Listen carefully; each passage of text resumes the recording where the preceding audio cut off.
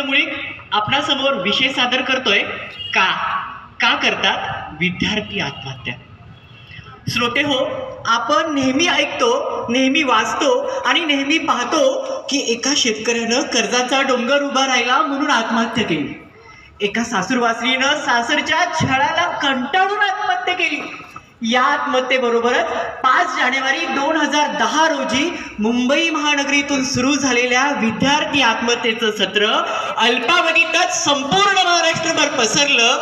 तरी देखील आजही अनेक विद्यार्थी आत्महत्येत आपली नावनोंदणी करतो आहे. मागच्या वर्षी घटना घडली, ती म्हणजे एका मुलीला तिच्या आईनं डान्सच्या क्लासेसला जाऊ दिलं नाही म्हणून त्या मुलीनं आत्महत्या केली. श्रोते हो, हे खरंच आत्महत्येचं कारण असेल का हो? नाही नाही नाही नाही असं आपल्या सर्वांचं प्रत्युत्तर असेल. मात्र नाही श्रोते हो, त्या मुलीला ज्या क्षेत्रामध्ये आवड होती, ज्या क्षेत्रामध्ये रस होता, ज्या क्षेत्रामध्ये विरंगुळा वाटत होता, त्याच आवडत्या क्षेत्रापासून त्या मुलीला तिच्या आईनं दूर नेलं म्हणून त्या मुलीनं आत्महत्या केली. धावण्याच्या स्पर्धेमध्ये प्रत्येक स्पर्धकाला वाटत होतं की माझ्या सर्व प्रतिस्पर्धकांचे पाय तुटून पडावेत आणि मीच या स्पर्धेमध्ये विजेता म्हणून घोषित हो. का अशी भावना निर्माण झाली? का इतका मत्सर आणि द्वेष निर्माण झाला? हा निर्माण झाला तो शिक्षण क्षेत्रातील जीवघेणी स्पर्धा आणि फक्त स्पर्धेमुळे. आजही अनेक विद्यार्थी आत्महत्या करत आहेत. पहाटे 6 वाजल्यापासून रात्री 10 वाजेपर्यंत वेगवेगळ्या क्लासेसला इच्छा नसतानाही बालमजुरासारखं मुलांना जावं लागतं.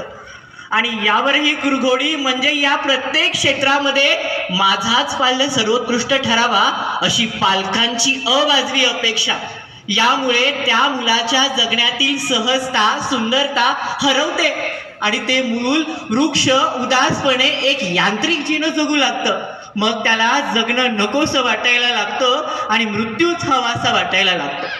छडी वाजे छमछम, विद्या येई घमघम हा काळ कधीच गेला.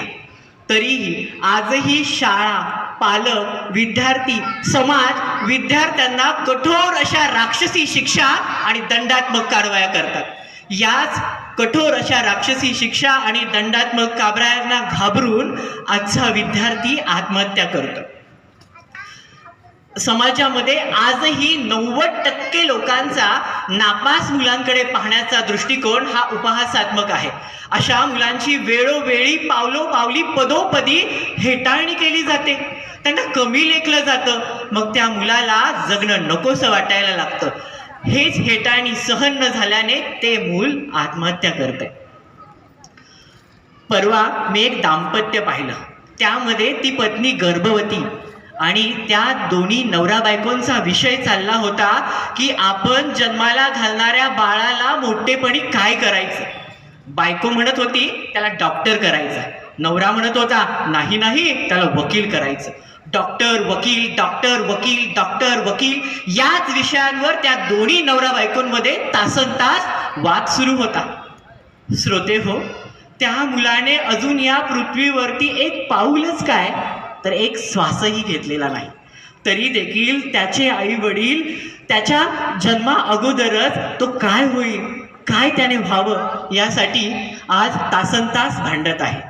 ते मूल जन्माला येईल, कालांतराने सुज्ञ होईल, मग त्याच्या आवडीनिवडी ठरतील. मात्र त्याच्या पालकांनी त्याच्या आवडणाऱ्या क्षेत्रापासून दूर नेल्यामुळे तेच मूल का करणार नाही आत्महत्या.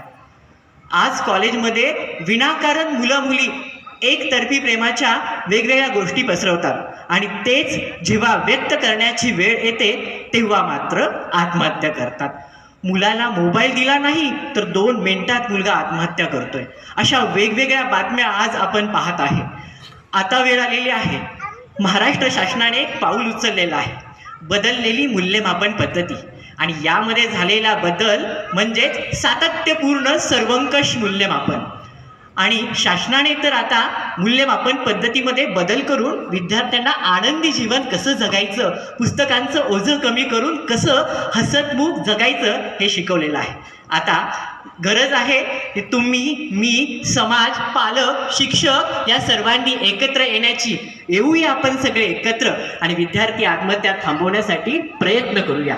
जाता जाता शेवटी एवढंच म्हणावंसं वाटेल, हत्ती किती वळला तरी घोडा बनत नसतो. लात मारून पाणी काढून तो सर्वांनाच पाजत असतो. अरे चुकेल ही केव्हा तरी तुझं, मात्र मुसंडी मारून उभं राहिल्याबरोबरच प्रयत्न करणं कधी सोडू नको. धन्यवाद.